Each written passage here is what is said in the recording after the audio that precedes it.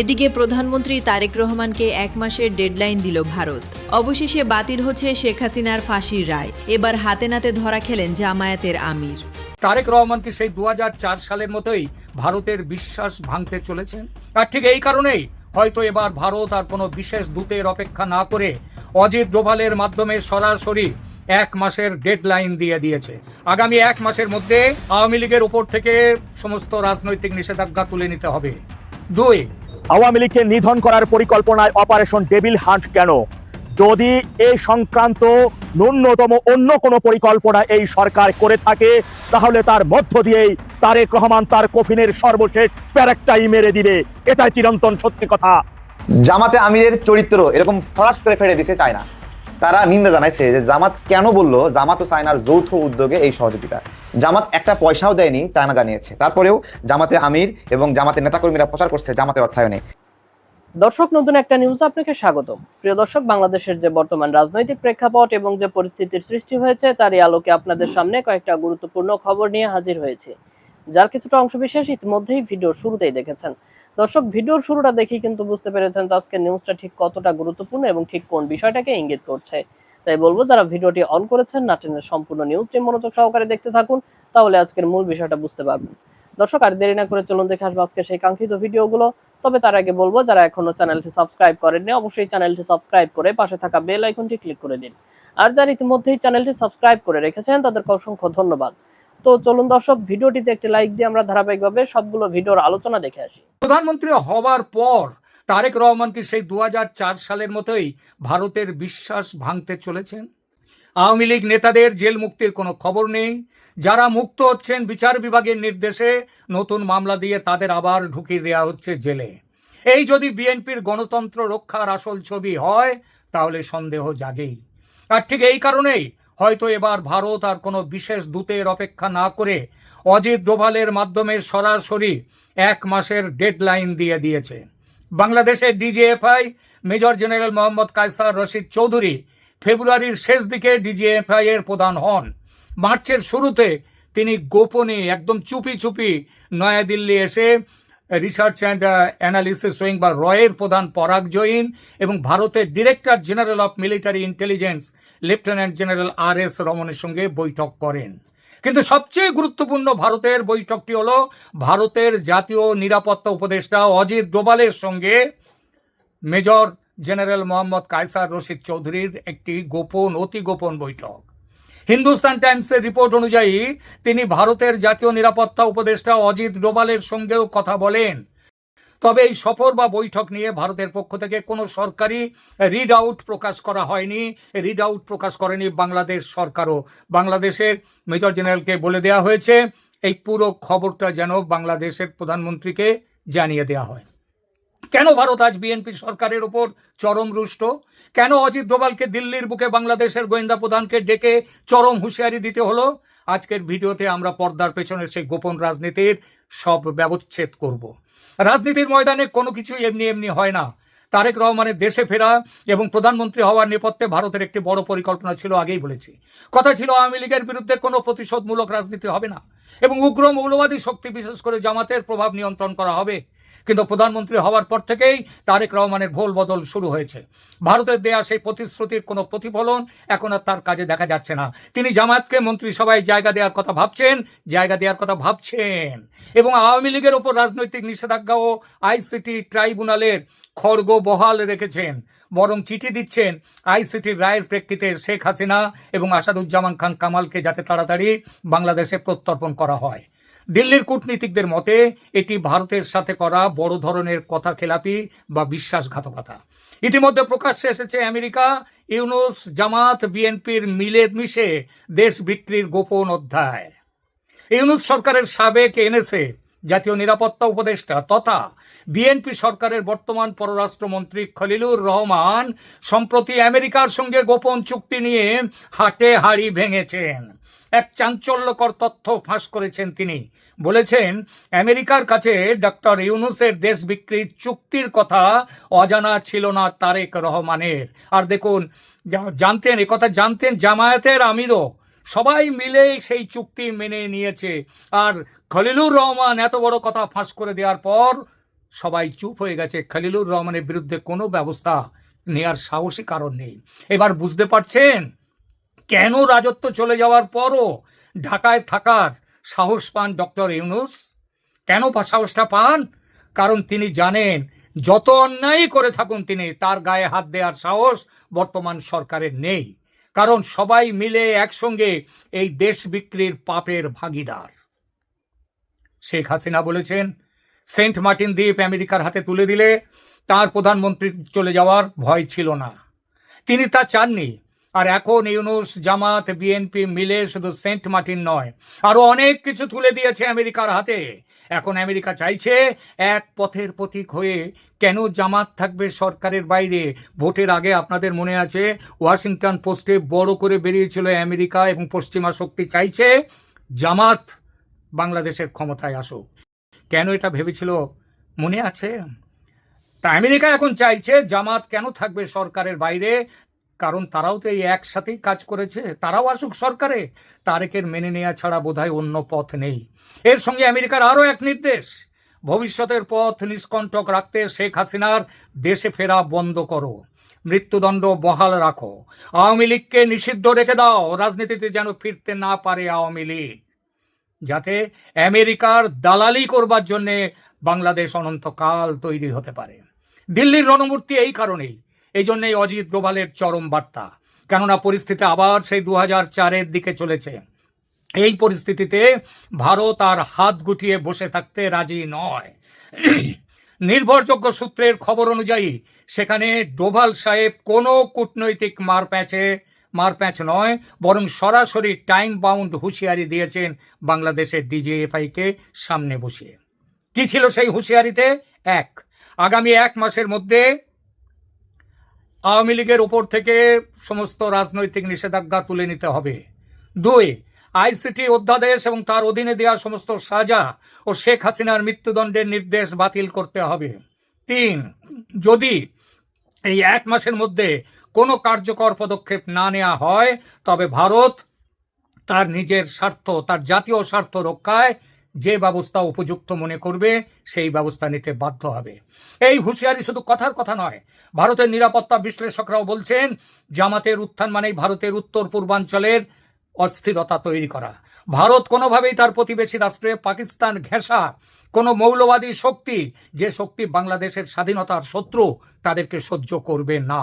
ভারত স্পষ্ট বলেছে সংসদে বিএনপির একক সংখ্যাগরিষ্ঠতা আছে, তবুও জামায়াতকে মন্ত্রী করার কথা উঠছে কেন?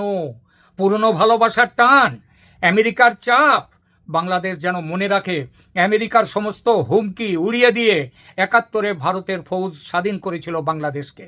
আজ দরকার হলে ভারতের ফৌজ উপযুক্ত ব্যবস্থা নিতে এবারও পিছিয়ে আসবে না। সুতরাং সাবধান। তারেক রহমানের ওপর একদিকে আমেরিকার প্রেসার, অন্যদিকে দিল্লির আলটিমেটাম। এই দুইয়ের চাপে পিষ্ট হচ্ছেন তিনি। যদি তিনি দিল্লির কথা শোনেন তবে আমেরিকার আশীর্বাদ হারাবেন, আর যদি না শোনেন তবে ভারত যে উপযুক্ত ব্যবস্থার কথা বলেছে তার পরিণতি কি হতে পারে ইতিহাস তার সাক্ষী। বন্ধুরা, আগামী 1 মাস বাংলাদেশের রাজনীতির জন্য অত্যন্ত গুরুত্বপূর্ণ। প্রধানমন্ত্রী তারেক রহমান কি দেশে ফেরার আগে ভারতকে দেয়া তার প্রতিশ্রুতি রক্ষা করবেন, নাকি দিল্লির হুঁশিয়ারি অগ্রাহ্য করে চরম সংঘাতের দিকে দেশকে ঠেলে দেবেন? শেখ হাসিনা ও আসাদুজ্জামান খান কামালের ওপর জারি মৃত্যুদণ্ড কি বাতিল হবে? আওয়ামী লীগের ওপর থেকে কি নিষেধাজ্ঞা উঠবে? আপনাদের কি মনে হয় ভারতের এই কঠোর অবস্থান কি বাংলাদেশের রাজনীতিতে আগামী দিনে কোনো স্থিতিশীলতা নিয়ে আসবে, নাকি নতুন কোনো সংকটের জন্ম দেবে? আওয়ামী লীগকে নিধন করার পরিকল্পনায় অপারেশন ডেভিল হান্ট কেন? যদি এই সংক্রান্ত ন্যূনতম অন্য কোনো পরিকল্পনা এই সরকার করে থাকে তাহলে তার মধ্য দিয়েই তারেক রহমান তার কফিনের সর্বশেষ প্যারেকটাই মেরে দিবে। এটাই চিরন্তন সত্যি কথা। আওয়ামী লীগ ক্ষমতার জন্য কখনো রাজনীতি করে নাই। বাংলাদেশের 54 বছরের ইতিহাসে প্রায় 30 বছরের অধিক আওয়ামী লীগ ক্ষমতায় ছিল, শাসন করেছে। তাই নতুন করে আওয়ামী লীগকে ক্ষমতায় যাওয়ার জন্য রাজনীতি করতে হবে না। এই বাংলাদেশ আওয়ামী লীগকে সৃষ্টি করে নাই, বরং আওয়ামী লীগ বাংলাদেশকে সৃষ্টি করেছে। আওয়ামী লীগ রাজনীতি করে খেটে খাওয়া দিন মজুর কৃষক ভাইয়ের জন্য। আওয়ামী লীগ রাজনীতি করে বাংলাদেশের আপামার জনসাধারণের ন্যায্য অধিকারের জন্য। আওয়ামী লীগ রাজনীতি করে গণতন্ত্র অধিকার তথা জনগণের ক্ষমতা জনগণের কাছে ফিরিয়ে দেওয়ার জন্য আওয়ামী লীগ রাজনীতি করে। আওয়ামী লীগ যে দেশটাকে জন্ম দিয়েছে, যে দেশটাকে সৃষ্টি করেছে, সেই দেশের মানচিত্র সার্বভৌমত্ব অক্ষুণ্ণ রাখার উদ্দেশ্যে আওয়ামী লীগের প্রয়োজনে আওয়ামী লীগের রাজনীতি করার প্রয়োজন হয় না। আওয়ামী লীগ কালকে যদি বলে আমরা রাজনীতি করব না, এই দেশের 8.5 কোটি জনগণ ফুঁপে উঠবে, অভিযোগ নিয়ে রাস্তায় বেরিয়ে পড়বে। কেন আওয়ামী লীগ রাজনীতি করবে না? আওয়ামী লীগকে রাজনীতি করতে হবে আওয়ামী লীগের প্রয়োজনে না, দেশের প্রয়োজনে, দেশের মানচিত্রের প্রয়োজনে, সার্বভৌমত্বের প্রয়োজনে। তাই শুধু বিএনপি কেন, তারেক রহমান কেন, ইতিহাসে ভুট্টো ইয়া সহ মেজর জিয়ারা চাইছিল বাংলাদেশে যেন আওয়ামী লীগের নাম মুছে যায়। আওয়ামী লীগের নাম তারা মুছতে এসে বারংবার ব্যর্থ হয়েছে এবং ইতিহাসে রাস্তা করে নিক্ষেপিত হয়েছে। তদ্রূপ ভাবে হুঁশিয়ার করে বলে দেবার চাই, ডেভিল ইনুস সর্বশেষ আওয়ামী লীগের নাম মুছে দিতে আসছিল, আজকে সে মুছে যাওয়ার দ্বার প্রান্তে। অবশ্যই ডেভিল ইনুস গংদের ভয়ঙ্কর গণ আদালতের বিচারের কাঠগড়ায় দাঁড়াতে হবে। ইতিমধ্যে তার বিরুদ্ধে সংবিধান লঙ্ঘনের যে অভিযোগ একেবারে দায়িত্বে থাকা মহামান্য রাষ্ট্রপতি করেছেন, এই অভিযোগের ভিত্তিতেই গণ আদালতে তার ফাঁসি কার্যকর হবে, মৃত্যুদণ্ড কার্যকর হবে তার সেই ক্যাবিনেটের যারা যারা সংশ্লিষ্ট ছিল সকলের বিরুদ্ধে। মনে রাখবেন, দায়িত্ব থাকা কোনো রাষ্ট্রপতি যদি কারো বিরুদ্ধে সংবিধান লঙ্ঘনের অভিযোগ আনে, তার বিষয় কিন্তু আদালতে কোনো সাক্ষী প্রমাণের কোনো কিছু প্রয়োজন হয় না। তার এই বক্তব্যই যথেষ্ট তাকে চূড়ান্ত বিচারের কাঠগড়ায় দাঁড় করতে এবং সেই বিচার কার্যকর করতে। তথাপি এইখানে রাষ্ট্রপতি একখান ভালো কাম করছেন, ডেভিল ইনুসের মতন ব্যক্তির বিরুদ্ধে তিনি বলেছেন 133টা জায়গায় তিনি সংবিধান লঙ্ঘন করেছেন, তার এই ক্যাবিনেট সহ এই সকল সমন্বয়, এই সকল যুদ্ধপরাধী, স্বাধীনতা বিরোধী রাজাকারের বাচ্চাগুলা। তথাপি তার এই বক্তব্যের উপর ভিত্তি করে ডেভিল ইনুস গংদেরকে আপনি চাইলে জনগণ হইল তাদেরকে ফাঁসির কাঠগড়ায় দাঁড় করাই দিতে পারেন এবং ফাঁসি কার্যকর দিতে পারেন। তথাপি আমি এই সরকারকে বলবো, দেশের মানুষ আপনাদেরকে বিশ্বাস করেছে। নির্বাচনের আগে দেশের আইন সংবিধান অক্ষুণ্ণ রেখে, সমুন্নত রেখে গণতান্ত্রিক পন্থায় আপনারা যে কথাগুলো ওয়াদাগুলো দিয়েছেন তা অক্ষরে অক্ষরে পালন করে যাবেন। এখন পর্যন্ত আমরা দেখতেছি দেশের বিভিন্ন জেলায় আমার ভাইদেরকে হয়রানি করার উদ্দেশ্যে পুলিশ পাঠানো হচ্ছে। আমরা দেখেছি মহান 7ই মার্চের ঐতিহাসিক ভাষণ বাজানোর অপরাধে আমার বোন ইমি সহ আরো 2জনকে সন্ত্রাস বিরোধী আইনে গ্রেপ্তার করে তাদের কারাগারে নিক্ষেপ করা হয়েছে। আমরা দেখেছি স্বাধীনতার আতুরঘরকে সেদিন অবরুদ্ধ করা হয়েছিল। পরিণাম কিন্তু ভালো হবে না। যদি ওয়াদা বরখেলাপ করেন তাহলে এই দেশের জনগণ কিন্তু আপনাদের চূড়ান্ত বিচার করে ফেলবে। জনগণ কিন্তু পিঠ তাদের অনেক আগেই দেয়ালে ঠেকে গেছে। 24-এর 5 আগস্ট যখন এই দেশে সন্ত্রাসীরা জঙ্গিরা হামলার মাধ্যমে ক্ষমতা দখল করেছিল, সেদিন তারা ধৈর্যের পরীক্ষা নেবেন না।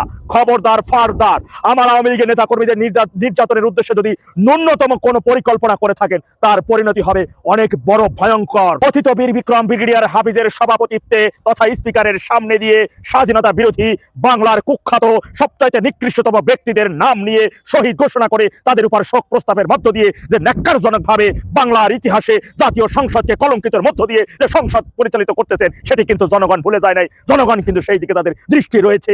তথাপি আমি বলবো, আপনার পূর্বপুরুষ থেকে শিক্ষা নেবেন। আওয়ামী লীগকে মুছতে এসে তাদের ইতিহাসে তারা কিভাবে আস্থা করে নিক্ষেপিত হয়েছে।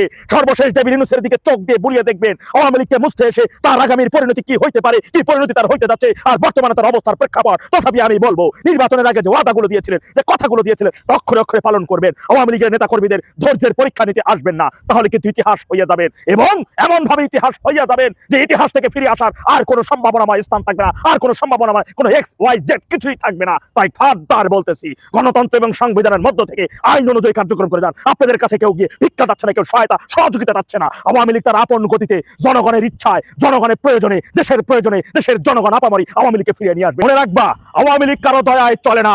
আওয়ামী লীগকে চালায় দেশ, দেশের 8 কোটির অধিক জনগণ। দাবায় রাখতে কিন্তু পারবা না, যতই ষড়যন্ত্র করো না কেন। যদি আর ন্যূনতম ষড়যন্ত্র করো দাবায় রাখার, তাহলে তোমার কফিনে সর্বশেষ প্যারেকটা দেশের 8 কোটি জনগণই মাইরে দিবে ইনশাআল্লাহ। জামাতে আমিরের চরিত্র এরকম ফরাস করে ফেলে দিতে চায় না। তারা নিন্দা জানাইছে যে জামাত কেন বললো জামাত ও চায়নার যৌথ উদ্যোগে এই সহযোগিতা। জামাত একটা পয়সাও দেয়নি, চায়না জানিয়েছে। তারপরেও জামাতে আমির এবং জামাতের নেতাকর্মীরা প্রচার করছে জামাতের অর্থায়নে। প্রেস বিজ্ঞপ্তি দিয়েছে ভাই, প্রেস বিজ্ঞপ্তি দেখবেন। প্রেস বিজ্ঞপ্তি লিখেছে যে জামাতের আমির এই ইফতার আয়োজনটা করছে।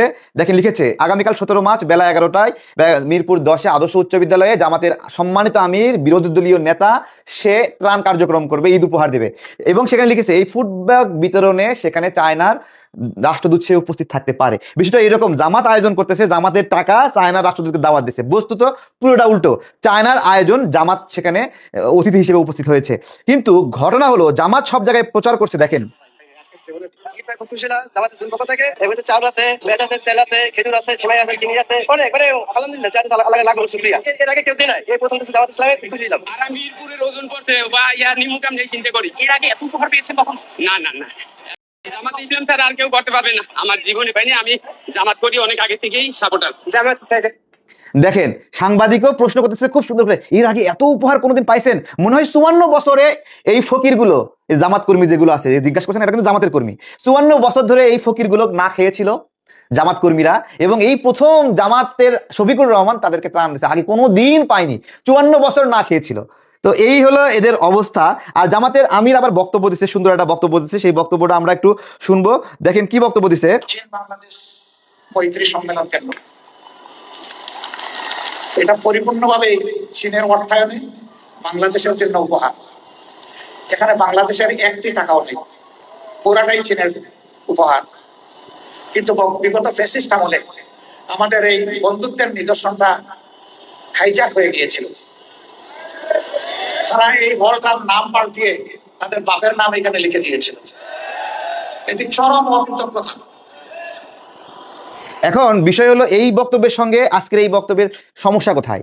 সমস্যাটা কোথায়? প্রথম সমস্যা হলো তিনি একটা বক্তব্য দিয়েছে যে আওয়ামী লীগের যে আছে তারা হলো চীনের উপহারকে তাদের বাবার নামে দিয়ে দিয়েছে, ঠিক আছে, এইটুকু একটা বক্তব্য। কিন্তু এখানে আরেকটা সমস্যা ঘটে গেছে। জামাতের আমির এই বক্তব্য যে দিয়েছে এখানে ছোট করে কেটে জামাত তো কট খেয়ে গেছে, ইজ্জত তো এরকম করে হঠাৎ করে ফাটে গেছে। তো এখন ফাটে যাওয়া ইজ্জত জোড়া লাগানোর জন্য তারা প্রচার করতেছে যে জামাতের আমির নাকি বলছে যে এই উপহারটুকু সম্পূর্ণ চায়না অর্থায়নে, এইটুকু কাটছে, কেটে প্রচার করতেছে জামাতের আমির আগেই বলছে যে এই উপহার নাকি চায়নার অর্থায়নে, সে আগেই বলছে। কিন্তু এই বক্তব্যটা সে আওয়ামী লীগকে স্যাবোটেজ করার উদ্দেশ্যে দিয়েছিল, সেইটুকু কেটে দেখাচ্ছে জামাতের আমির প্রাপ্তি স্বীকার করছে।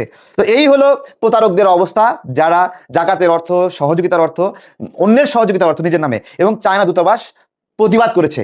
আরেকটা গুরুত্বপূর্ণ ঘটনা, সারা বাংলাদেশে বিভিন্ন বিশ্ববিদ্যালয়ে শিবির তারা ইফতার বিতরণ করতেছে, ইফতার আয়োজন করতেছে, যেটা তুরস্কের জাকাত ফান্ডের। আমার প্রশ্ন, ঢাকা বিশ্ববিদ্যালয়ের শিক্ষার্থীদের, রাজশাহী বিশ্ববিদ্যালয়, শাহজালাল বিজ্ঞান প্রযুক্তি বিশ্ববিদ্যালয় সহ যেখানেই শিবিরের ছেলে পেলে তুরস্কের জাকাতের টাকায় ইফতার আয়োজন করছে, আমার প্রশ্ন হলো আপনার বাবা মা কি এতই গরিব যে আপনারা শিবিরের ওই জাকাতের অর্থের টাকা দিয়ে আপনারা ইফতার করলেন? আপনি কি জাকাতের হকদার? ঢাকা বিশ্ববিদ্যালয়ের একজন শিক্ষার্থীকে জিজ্ঞাসা করছি, যারা জাকাতের অর্থের ইফতারটা খাইলেন, আপনাদেরকে শিবির তারা কি ডেকে বলেছিল যে এই ইফতারটা জাকাতের টাকার ইফতার, তুরস্কে জাকাতের টাকার, আপনারা খাবেন কিনা? আমি ঢাকা বিশ্ববিদ্যালয়ের শিক্ষার্থীদের জিজ্ঞাসা করতেছি, রাজশাহী বিশ্ববিদ্যালয়, শাহজালাল, চট্টগ্রাম বিশ্ববিদ্যালয়, যত বিশ্ববিদ্যালয়ে শিবির তুরস্কের জাকাতের টাকা দিয়ে ইফতার করছে, এবং যারা যারা সামর্থ্যবান হওয়া সত্ত্বেও, শিক্ষার্থীরা বাবার টাকা থাকা সত্ত্বেও এই জাকাতের টাকা ইফতার করছেন, তারা আল্লাহর কাছে কি জবাব দিবেন? আপনাদেরকে শিবির কি বলছিল যে জাকাতের টাকায়? আমি এই জন্যই একটা টকশোর বক্তব্যে বলেছিলাম, এইটা জামাতে ইসলাম না, এটা হলো জাকাতে ইসলাম। এবং জাকাতের অর্থ নিয়ে এই যে ফন্দি ফিকির করা, প্রতারণা করা, অন্যের অর্থ নিজের নামে প্রচার করা, এবং অন্য বিদেশি চায়নার সঙ্গে বাংলাদেশের সম্পর্কটা কি হবে? জামাত কিন্তু ফায়দা জাল লোটা লুটে নিছে। এবং এই যে দেখেন বাংলাদেশকে বেজ্জতি করছে চায়নার কাছে, যে এরা এরকম ফটকা কেন, তাই না? জামাত কিন্তু যে নাম কামানো সোশ্যাল মিডিয়া তারা কিন্তু নিয়ে নিছে, কিন্তু বাংলাদেশের সম্মানটা কি অবস্থা হবে? বাংলাদেশকে তো চায়না খারাপ ভাবে জানলো, এই যে বন্ধুত্বপূর্ণ অর্থায়ন দলীয় রাজনৈতিক ভাবে নিল। দেখেন একটা কথা বলি, কোন সরকার যখন ক্ষমতা থাকে, ইউএসএ, ইউনিসেফ সহ বিভিন্ন দেশ সহযোগিতা করে, সেগুলো সরকার তার মতো করে বিতরণ করে, সরকারের নামে বিতরণ করে। কিন্তু এটা আওয়ামী লীগ করছে, এটা বিএনপি করবে, জামাত কোনোদিন ক্ষমতা থাকলে জামাত করবে, সরকার করবে। সরকার মানে কি? রাষ্ট্র করে। রাষ্ট্র মানে কি? জনগণের অভিভাবকরা করে। কিন্তু জামাত কি জনগণের অভিভাবক? বলেন, জামাত কি সরকার আছে? তাহলে সরকার না থেকে বিদেশি অর্থায়নের একটা অর্থ নিজ দলের নামে প্রচার করা কতটুকু সঠিক? এই জন্যই বলছিলাম জামাত একটা বিদেশি ইস্টাবলিশমেন্ট, যার শাখা আছে ভারতে, যার শাখা আছে ইন্ডিয়ায়, যার শাখা আরো বিভিন্ন দেশে থাকতে পারে। এবং এইটাই বাংলাদেশের অস্তিত্বের জন্য হুমকি, যে এটা বাংলাদেশের স্বার্থ নিয়ে কখনো কাজ করতে পারবে না। কেন পারবে না?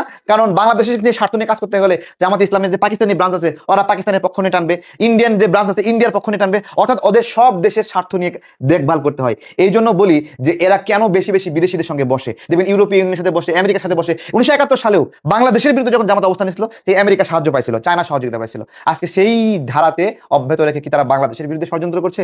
চায়না অবশ্যই এই বিষয়ে ক্লিয়ার করেছে যে চায়নার সম্পর্ক বাংলাদেশের জনগণের সঙ্গে, বাংলাদেশের সরকারের সঙ্গে, এবং এই অর্থায়নে, এই ইফতার, ঈদ উপহারে জামাতের কোনো অর্থায়ন নাই। তাহলে এই যে প্রতারণা করলো, এই প্রতারণার বিচার কি হবে?